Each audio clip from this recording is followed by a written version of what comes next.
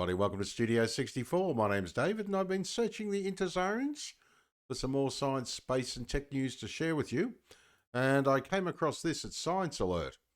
Yes, radical quantum breakthrough could charge batteries in a snap. That should be absolutely fantastic. You can imagine people getting their phones charged up very quickly and then promptly getting on social media complaining that somebody has the climate footprint of a Sasquatch, and shaming them into saying, you should reduce your climate footprint, you horrible climate terrorizations. Yes, terrible people. Yes. Yes, meanwhile, the batteries they use, of course, are made with lithium and they kill the environment. Funny how that works, isn't it? All right, so batteries based on the wave-like nature of charged particles could revolutionize energy storage, potentially cramming in more power at a faster rate than conventional electrochemical cells could ever hope to manage. Now, a new protocol developed by a team of physicists from the National Cheng Kung University could transform the basic principles of a fast-charging quantum battery into a practical system, demonstrating the ways the superposition of a battery may be used to store energy quickly and efficiently. Now, fundamental to quantum physics is the principle that all bits of matter have a wave-like identity that spreads out through space and time. As counterintuitive as it is to our experience of reality, these waves represent the properties of an object, whether it's an electron, a molecule, a cat, or a whole planet, as a spectrum of possibility referred to as its superposition. Yes, love how they mentioned the cat. Yes, fascinating. I just wonder if it's Schrodinger's cat would probably be closer to the mark.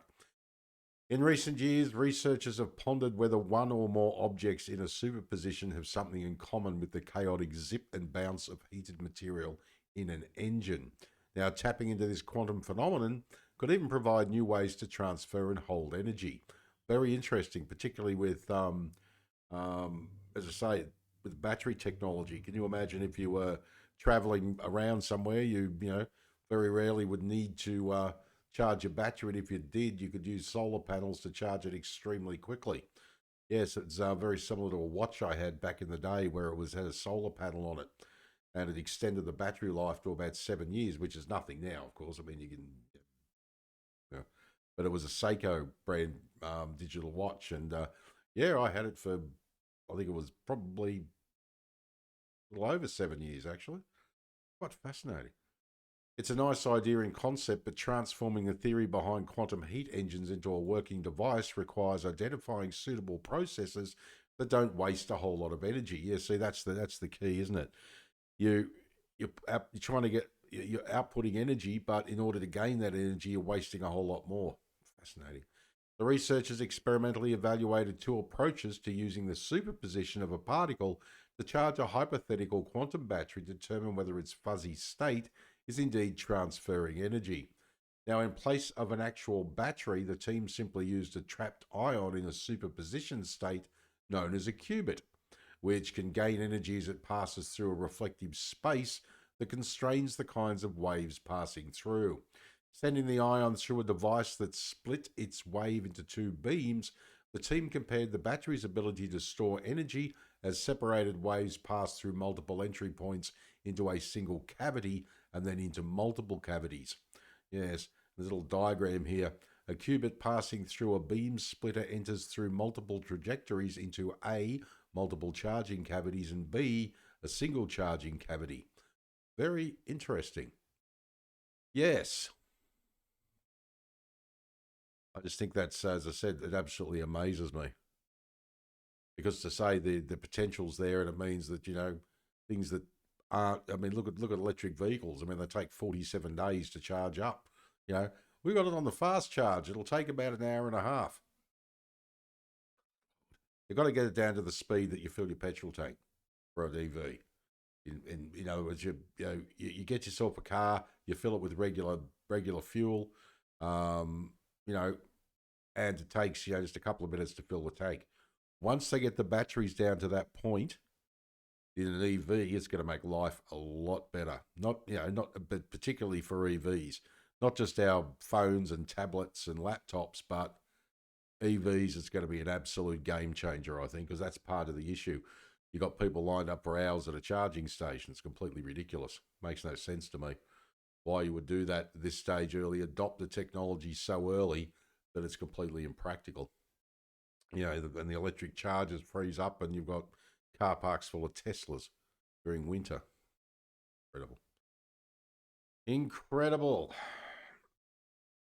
Right, so not only did they find the ion superposition really can allow for efficient charging, they found the many doorways, one room approach induced an interference effect that could theoretically lead to what they call a perfect charging phenomenon, which allows a complete conversion of stored energy to work from the quantum battery at any point in the charging process.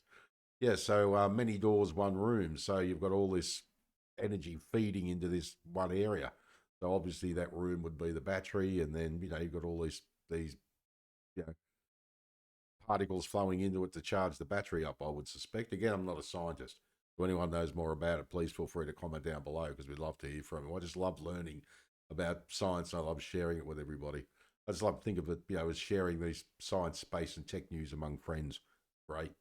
They also demonstrated the process is scalable with the interference effect persisting even when sending more than one qubit through the cavity. Now, by carrying out the process on the IBM quantum platform and IonQ's quantum hardware, the team demonstrated a proof of concept for their protocol, showing a similar system could have the potential to be an energy-affecting way of rapidly charging and extracting power from quantum systems. Now, though a qubit can simulate the fundamental physics, new methods will be needed to turn the protocol into something more practical and battery-like, meaning it will be a while before you'll be recharging your electric moped in an eye blink. Yes, now still the experiment shows there's nothing in the laws of physics that says we can't exploit the quantum landscape for long life, rapid charging, energy storage. Because that's one of the issues we have now with our batteries. They don't last that long. As in, you start charging and they start, less and less charge. It's quite interesting. They take less and less charge as time goes on. As the world weans itself off fossil fuels and seeks more ways to store electrical energy generated by renewable resources, robust batteries that can quickly soak up and hold significant amounts of energy will become increasingly important. And this research was published in Physical Review Research. Yeah, absolutely amazing. I'm hoping, beyond hope, that we can put this into some sort of practical use very, in the near future, particularly for those who own EVs. I'm hoping it'll make them, the whole process quicker to recharge instead of, we're going shopping next week there. Well, you better plug the car in now. It might be halfway there by next Thursday at about 2:30 p.m. Rapid charge is what, an hour and a half or something like that. But you plug your car in for 24 hours. You plug them in overnight. It's the same mindset with your phone. Your phone's flat. You go to bed, you plug it in, you wake up in the morning, it's charged. But that's just impractical when it comes to a motor vehicle, of course. That's why I say, I would really, really love to see this adapted for motor vehicle use. And that way you could have solar panels on the roof, charging the car virtually constantly. It would be absolutely amazing. Again, anyone knows a lot more about it, please feel free to comment down below because I'd love to hear from you. All right, well, my name is David. Thanks for joining me for another Studio 64 Science, Space and Tech News update. I shall see you in the next one. If you enjoyed this video, please like, share, subscribe. I'd greatly appreciate it. If you're up for it, drop a comment down below the video because I'd love to hear what you think. All right, take care. And as I always say, if you can't be good at it. And as I also always say, I'll be back.